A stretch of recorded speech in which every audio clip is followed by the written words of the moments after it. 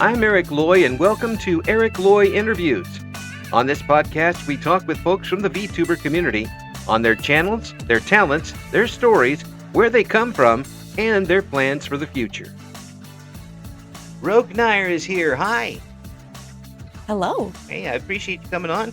Please introduce yourself to everybody. Yeah, I'm RogueNire. I am a elder VTuber, the 30 plus crowd. I'm a dampire on the internet and just trying to create a safe space and provide information resources, I guess, is a way to think about it. Well, So you are on everything. We've got a yeah, full card of links for RogueNire in the description for the video. So yeah. we can't get away from you even if we wanted to. Yep, that is one thing I actually took away from my master's degree is SEO and how to optimize it to make yourself as discoverable as possible. So Yeah, yeah, yeah, using it to my advantage for yeah, sure. yeah. We used to call that the marketing thing in radio, where Yeah, you find your audience or your audience finds you. Either way, you got to do something. You, exactly. you can't just sit there. And it's Yeah. funny that you mentioned the elder thing. Of course, I'm like 3 times as old as you are, but I think there's more and more people now that are Yeah. that are coming up, and that average age is climbing up every day because just because somebody's under 20 or between 20 and 25, that doesn't mean they ain't gaming, doing stuff. Yeah, exactly. I mean, Yeah. I mean, I tell everybody, and it's the truth. In my household, and I'm older than dirt. We had a Pong console, a Nice. Sears I Pong console. Yeah, I very much my parents are giant nerds. I grew up with a Commodore 64 in the 90s. Yes. And so yeah, it's very much inherited in my sense. So Oh, the Commodore was so beautiful for its time. it was. Yeah. It was so simple too, and you can do pretty much anything on it. Oh, yeah. It kind of ruined consoles for me a little bit for a while. Yeah, it did, and I mean, it was interesting when it overheated. Yeah. You started getting all your characters together on the screen at once, You um, know. but it had. I don't think people remember this too much, but it actually had cartridges. Um, Hmm. I had the Donkey Kong one, and it was as good. It was better than any console version of it. Um, Yeah. and I was just thrilled with it that when I was a baby and I got the Commodore. But so you've been somebody who's been around gaming and stuff for your entire life practically. Yeah, my parents used to do tabletop gaming back in the 70s and 80s, and that's how they got to know each other. Mm, So very much just like video gaming, comic books. They are huge Trekkies. yeah. Anything that had the word nerd associated with it was very prevalent in our household, including reading. So, Yeah, it's funny how that was considered nerdy things, reading. yep, But yep, exactly. yeah, like and people now like you really should read. Back then it was like, yeah, you're a nerd, reading books Yep, all the time. exactly. And that those are the same people that have their Kindle walking around and with the type so big on the Kindle you only see one letter at a time. Um, Yep. so when did you get started with the VTubing stuff? Yeah, so it actually stemmed from my childhood love of anime because Mm, was a nerd growing up but didn't really have much nerdy friends. I had a lot of friends that were into, clothes and fashion and all the sorts yeah, of normal Midwestern girly things. yeah. But in high school, there was a wider pool and I met more nerds of my variety. So from there, just like learning about anime and, going to conventions and that kind of thing. Yeah, But it really took off for me in like 2020 when it hit for everybody. yeah. We were all bored at home trying to figure out what to do with our lives. My husband and my friends introduced me to uh,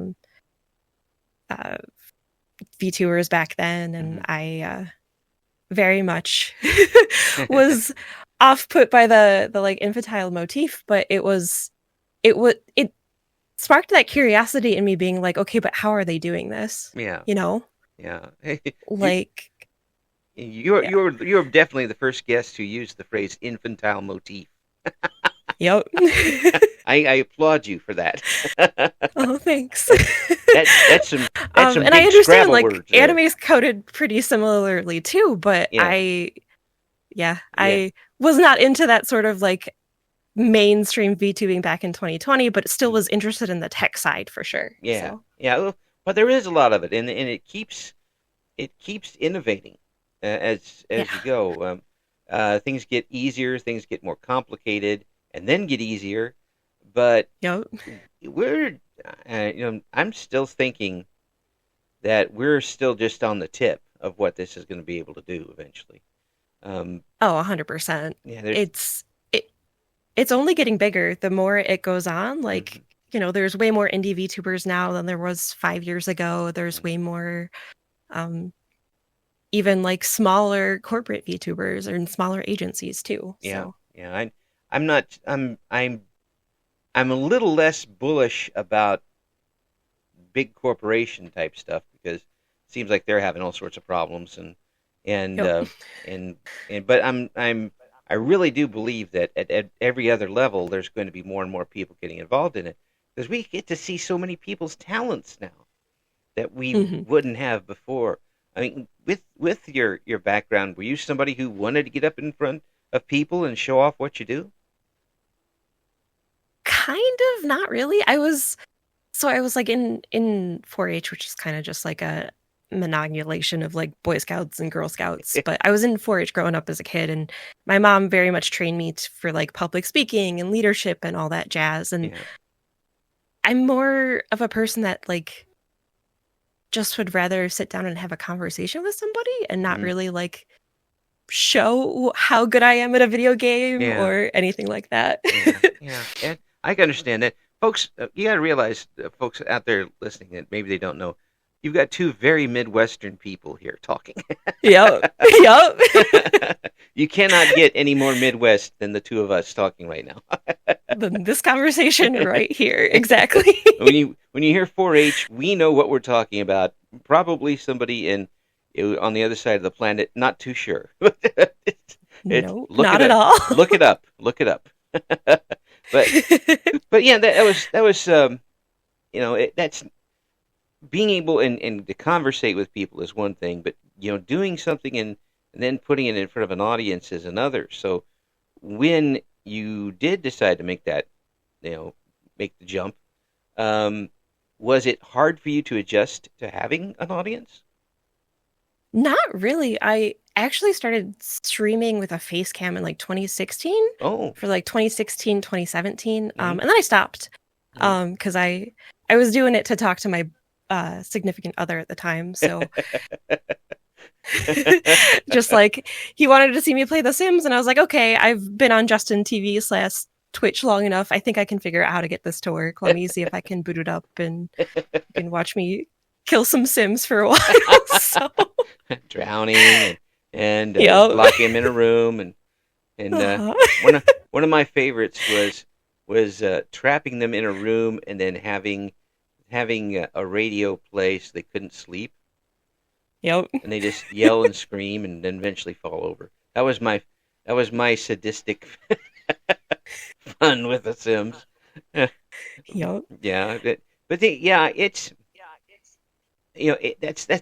that's a way to get started, but still there's a transition from going from that to having an avatar and having people interact with that avatar. Um, It's true. so what was the difference between those two types of streamings for you? Um, Having the avatar was really just kind of like a way to put my own spin on things. Like, yes, I do enjoy special effects makeup and that kind of stuff too. And yes, I could do that on like a face cam stream, but Hmm. like putting on makeup is such an intensive kind of stressful labor for me that I'd rather just have like a puppet to man than have my face be makeupless on the internet, which is another thing that we can touch on later Yeah, about yeah, the yeah. yeah, yeah, But yeah. yeah. I understand where people come from with that because I was in radio for so long, and we never had to show our faces. So Yep. if I'm working the Sunday morning shift and playing half-hour long religious shows, um, I'm definitely not looking like the person that you want to come meet your mom. Okay, Yep. I'm just showing up Exactly. at that point. And Yep. and you don't have to, and it's not just that, not just fix it up, but everything in the background has to look good. You have to, Yeah. yeah, and there's just too much involved in that. Where with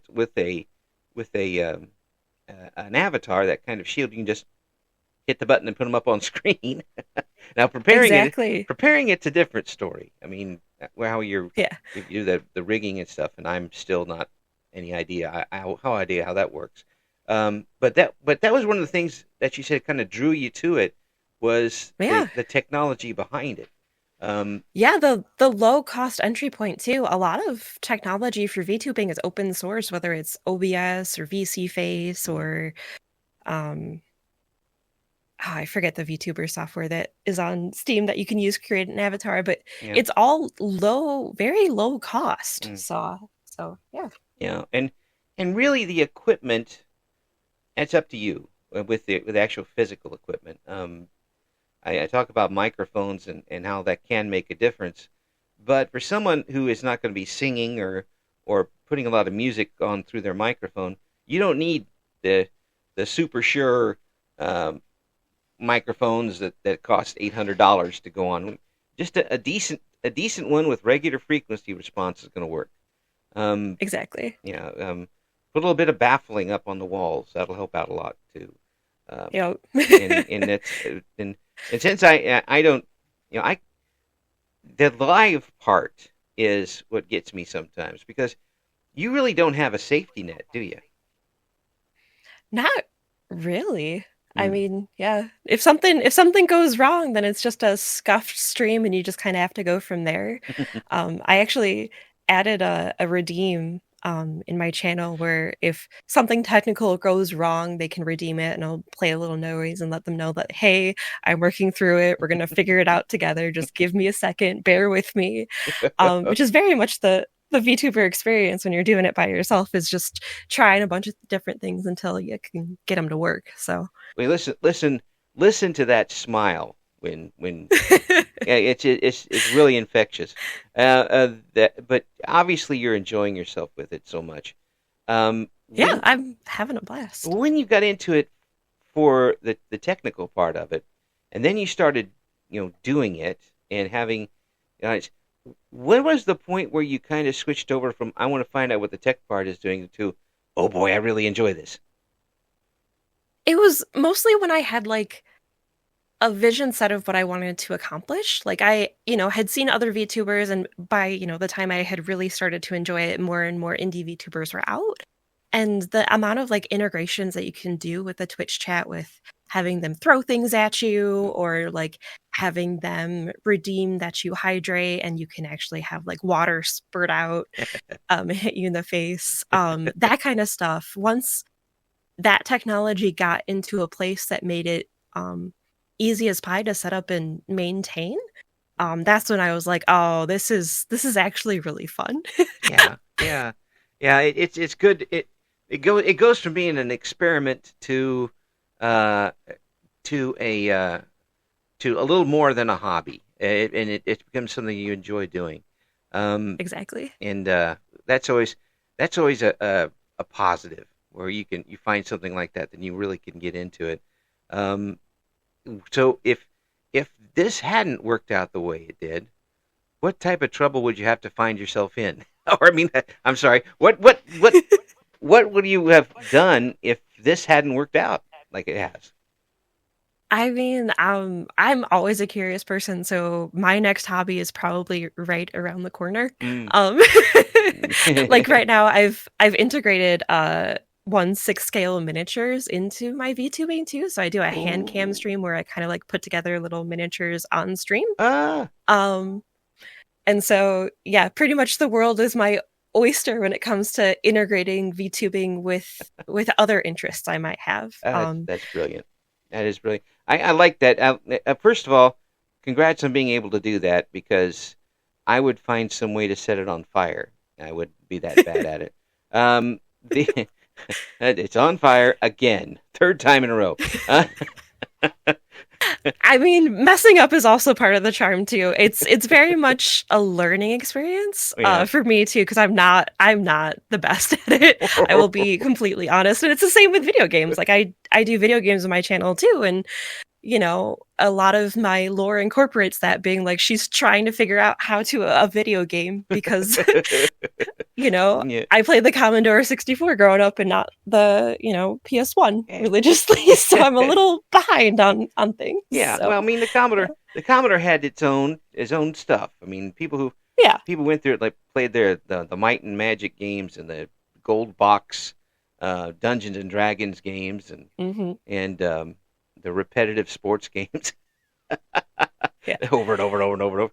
But it really had, for the time, it was so advanced. Yes. And I went from having an Apple II when our high school finally got computers, and I was programming on the Commodore. I was Nice. I had one, and I don't think I've told the whole thing about this.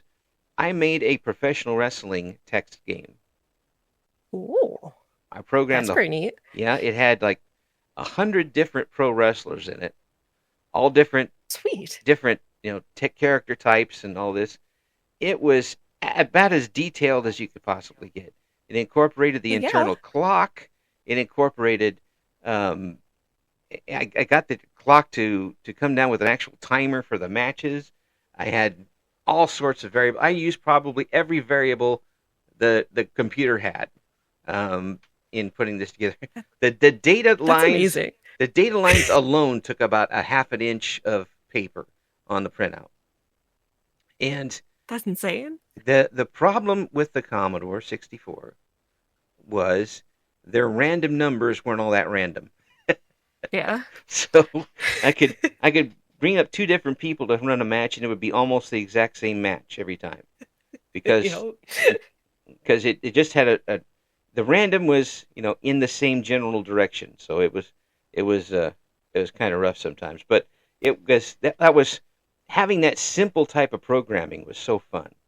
And the thing is too is like you went as far as you did with it because you, I assumed, enjoyed pro wrestling and had all that information to add into it. Oh so yeah, especially in the 80s. Yeah, I was big into that then. But I had all that information. I was putting it in. I had it set up for tag teams. I had it set up for random events. I had it. It was if I had That's crazy. If somebody could have taken that and probably done something with it, but today but there wasn't any button mashing and there wasn't any videos. Video. No, it was all text adventure, right? All text. I know people go today with a sporting text adventure. I don't know if that would fly very far today, but I mean, some indie games are still doing it. There's the crypto. Oh no, not crypto. There's a crypt of the.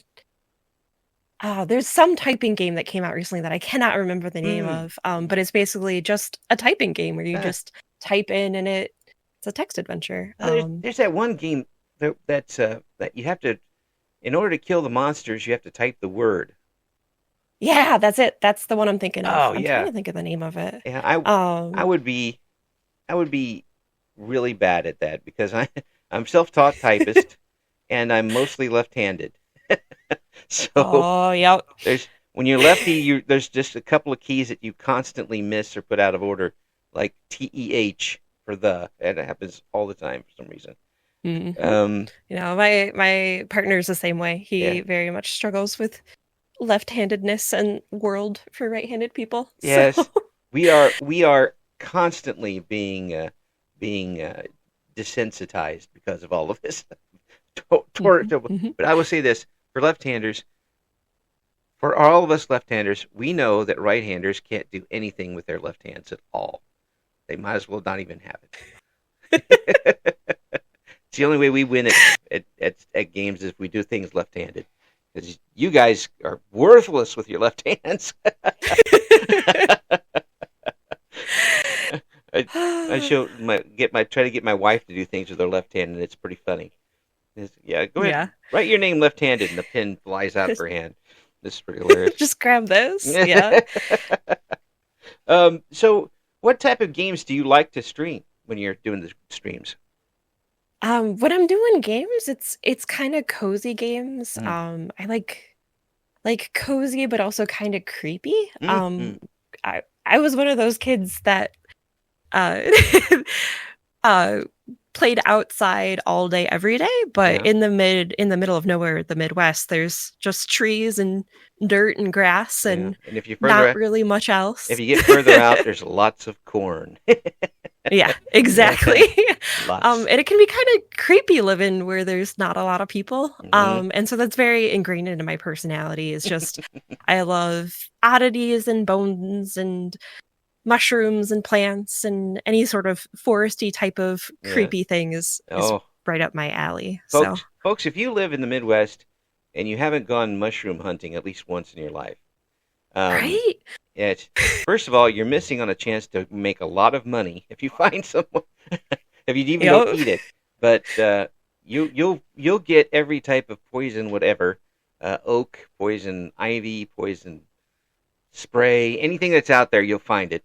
Um, Yep. but if you find just that one morel mushroom, Hmm. it makes the whole thing worthwhile. And It really does. and fathers never tell their sons where it just never passes down from generation to generation. My This one granddad, patch over here. my granddad never told my dad where he went hunting, and my dad never told my granddad, and they never Okay. told me because they knew I would just fall over and need help. I was like, help. So I'm not built for this. yes, no, type them up on the computer, okay? Um, with the so is it horror games really, or is it just spooky games? It's mostly horror. Yeah. There's a game really dear to my heart called Franbo. That's more of just like a click adventure. You just click through things and Hmm. solve puzzles that way. There's not really any live inputs that you have to do. Yeah. And it's more like a story. So like Mm. cozy chaos, I guess, is more my vibe, where it's Mm. just a story, but it doesn't quite make sense in the realm of the normal world Ah, okay. kind of thing. Yeah, it's So yeah. not one of those like jump scare every 5 seconds horror games. Yeah, I try and play those. Me and my best friend try and play Phasmophobia, and it's a lot of me screaming if I leave the van. But it still holds my attention because I'm a very curious person and I want Yeah, to like get all that evidence. yeah. So it's a little mixture of both for sure. I I could hear it. You just step out of the van, the first thing you hear is ah, Hmm. just all the way Hmm. through, and then you come back to the van, and everything's perfectly fine once you're back at the. Yep. Once I'm back in the van, I'm fine. And I'm really excited too because I added more like van activities recently. I've been following them because I'm Yes, like, I want to play this game, but I have a terrible time actually hunting the ghosts. yes, yes. Once that you hear a word on the little radio, and it's like Yep. death, and you're like, okay, I'm leaving now. Thank you very much. I appreciate your time. I gotta go. Mr. or Ms. Ghost or whatever you're calling yourself. Goodbye. Yep, exactly. Polite to a fault. I'm always that way whenever I get scared. I just scream hello really, really loudly at haunted houses and stuff, and it's hilarity to all of my friends. But just, that polite Midwestern draw is never leaves my body, even when I'm scared. Well, So you get. I see people play this, and they get some people who just barge in like they own the place, and yep. somehow they're not the first person to die. Yeah. They come in, all right, you stupid monster thing, and suddenly it's the person who's sitting back, not saying anything, and here comes the hands around the face. Exactly. Thanks. Appreciate it. Wonderful. This is what I get for showing up. So what? Yeah. So when you got on, was it easy for you to quickly pick up other folks who were VTubing and collaborate with them? That's actually one of my biggest struggles is collaboration. I'm really shy. Mm. I never really lost the stranger danger motif of early internet that was drilled into me by my Oh parents. yeah. Well, So I've yeah, there was a yeah. good reason for that. Mm. Yep, exactly. But there was a good reason for that back in the 90s, Yes. 100%. Yes. But it's still a little bit hard for me to get over it. I've definitely, done collabs before. I was part of like a 45 Lethal Company VTuber collab Whoa. a year or so ago. Yeah, that was insane. Yeah. I bet you followed the story real close. Yeah, I mean it was madness. There's really no other word for it. It was utter madness, but so that was easy enough to get into because they mostly just wanted to see how many crazy people they could get in a single lobby, and Yes. obviously they found Wow. a number. So Jiminy Christmas, yeah, 4 dozen people in yep, it. I, yep, I don't know how anybody got a word in edgewise between all the getting smacked by stop signs. Um, yeah, exactly. well, and for some people, it is tough to get into that because, especially if you kind of established yourself a little bit, you're kind of trusting your brand, and I talk this with you because obviously you got the background in it a little bit. Yeah, Your brand, your audience, you're trusting them to somebody else, and they may not have the same standards. Um, exactly. Yeah, and, it's a little tough. And I think that's part of the reason why I'm so stuck on VTubing as a whole is that control aspect of, oh, I control the puppet that's on the screen. I control yeah, the background behind them. I yeah, control chat. I control all of these elements, and the chaos of collabs, yeah. which is amazing. I love there's certain creators online that when they do a collab, I'm sitting there with popcorn and a nice drink in my hand, just enjoying the insanity that ensues. But Yes. there is that loss of control that I guess I struggle with too. Yeah. Well, So I can't blame you there at all with that. Again a lot of trust, and if you do get in a situation where that trust is taken advantage of, then it really will set you off for a long time, for good yeah. reason.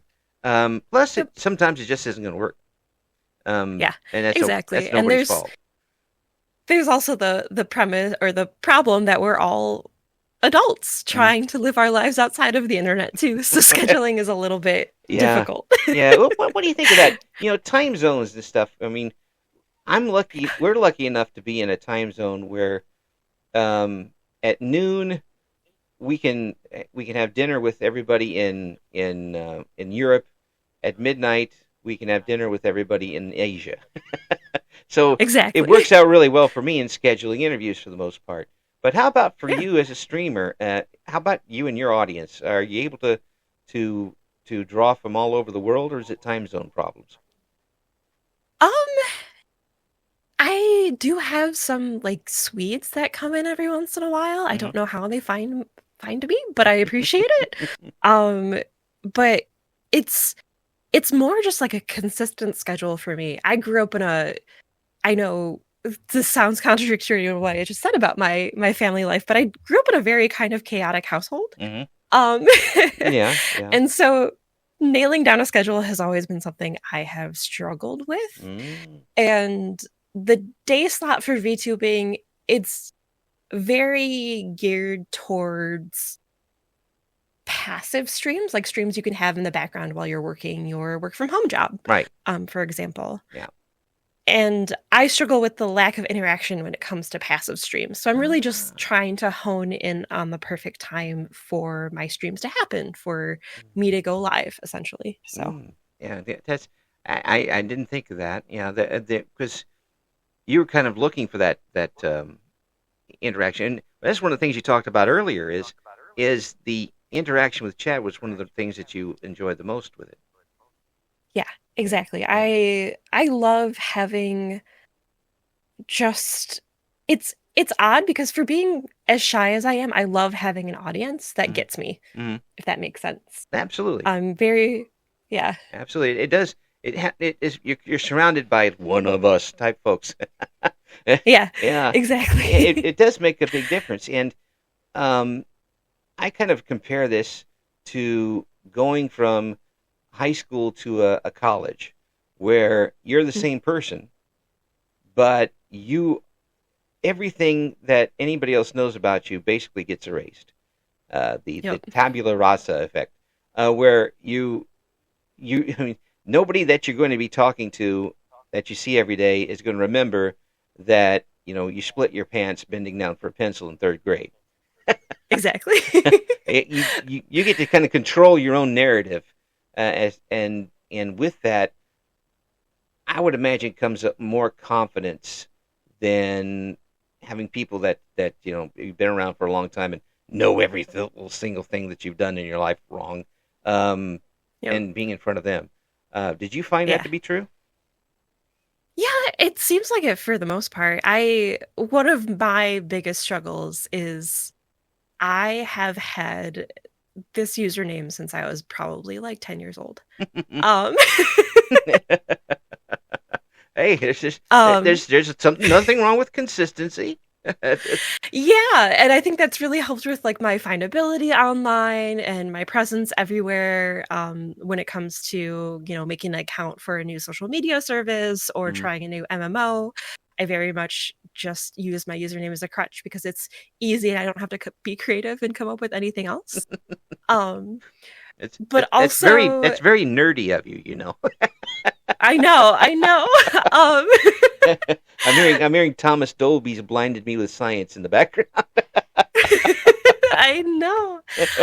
But also like my username does not reflect the direction I want my brand to go in. And like it's hard when it's been a part of me as a person for so long to Mm. want to change that too. Mm. So Yeah, especially when you've gone with it for a while and you kind of built up the name a little bit, and you know this from I know you have the background in it.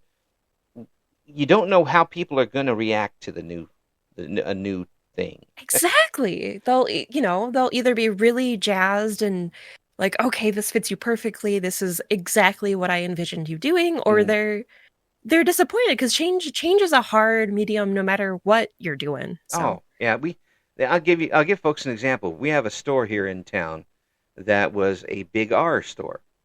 If you're not really Big R, Midwestern type of farm and fleet country type store. Lots of things, lots of feed and things.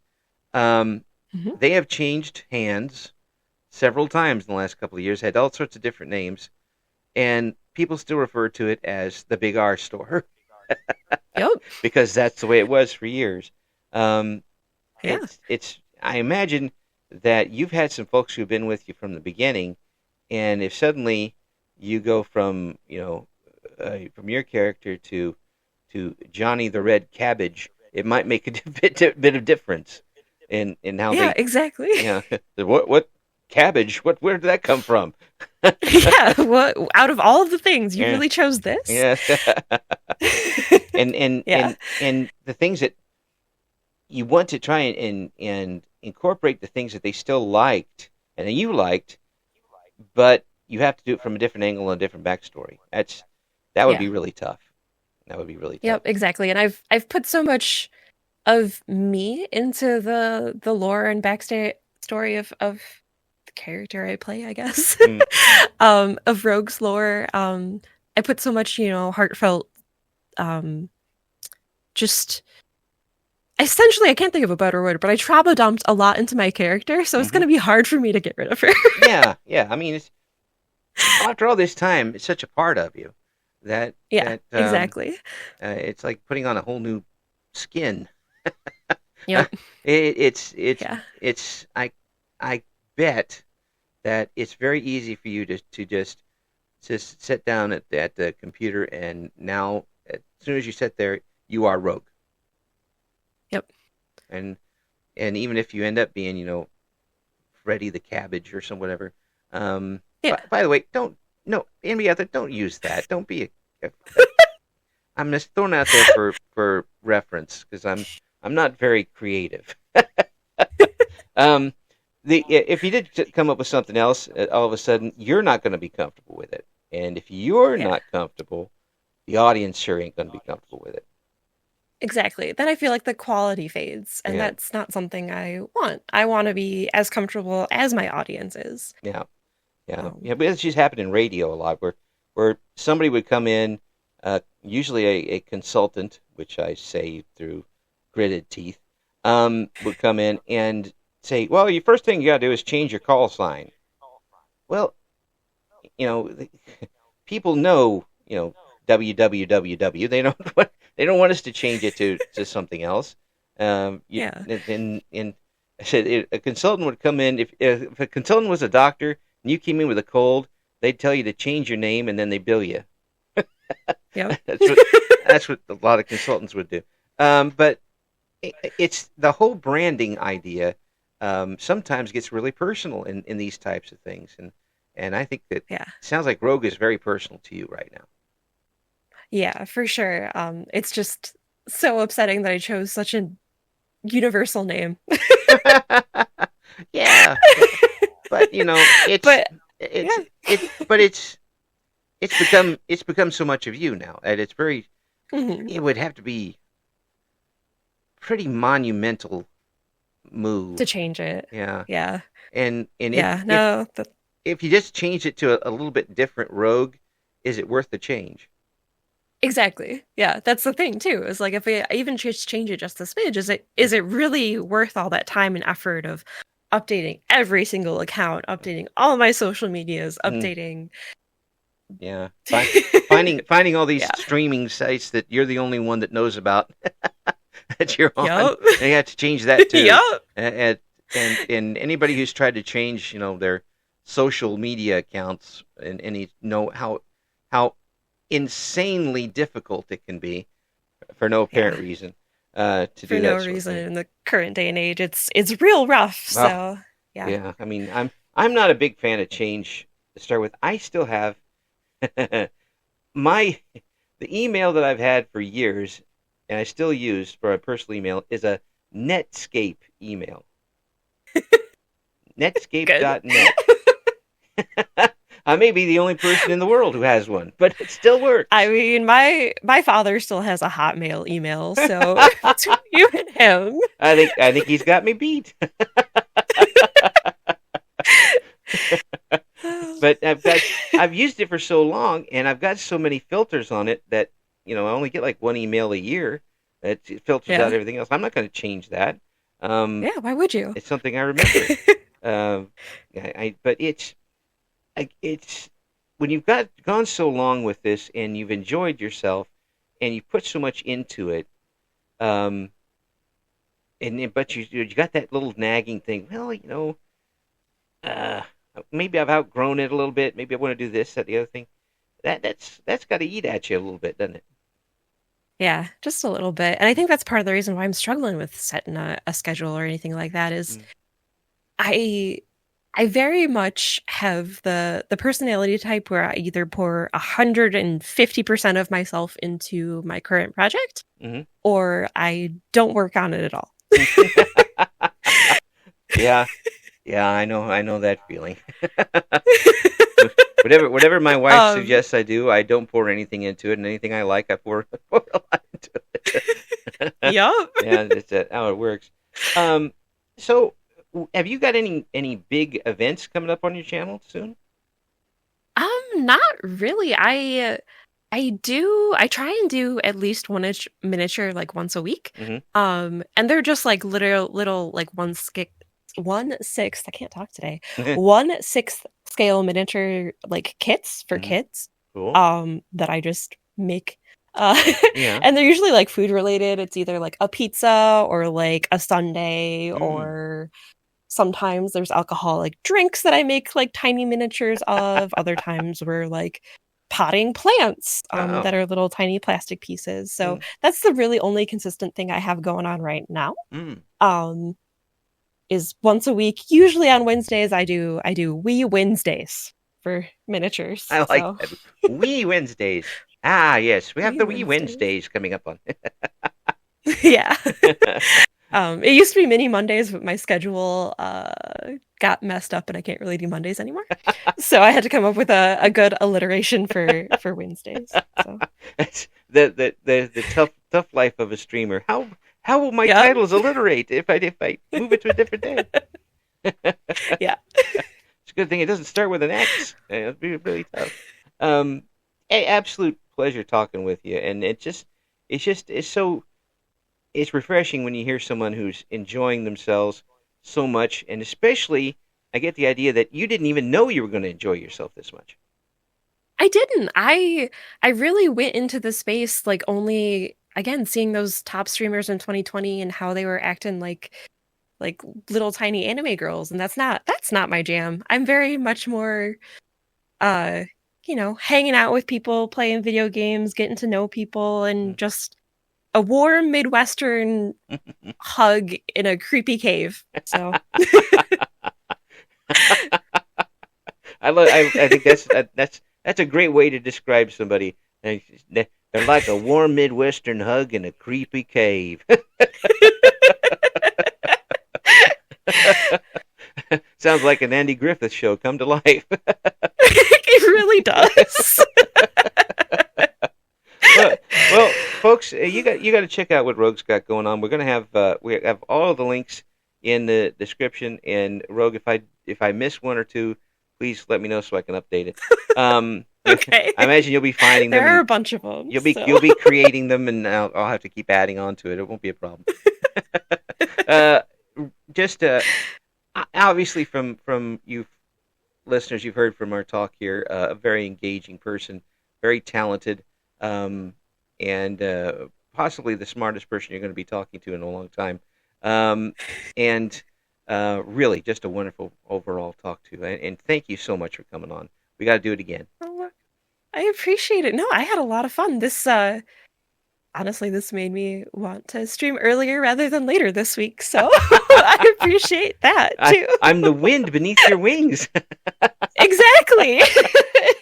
Better keep that to yourself. Otherwise, it'll get back to my wife, and I'll actually have to do stuff this week. Sure, it'll be our secret. Our secret till you publish it. Thank you so much. We'll get you back again, please, and please let us know what's going on with you. Okay? Yeah, for sure. Thank you so much. Have a good one. Thank you for listening to Eric Loy Interviews. Join us again next time when we talk to another member of the always interesting VTuber community.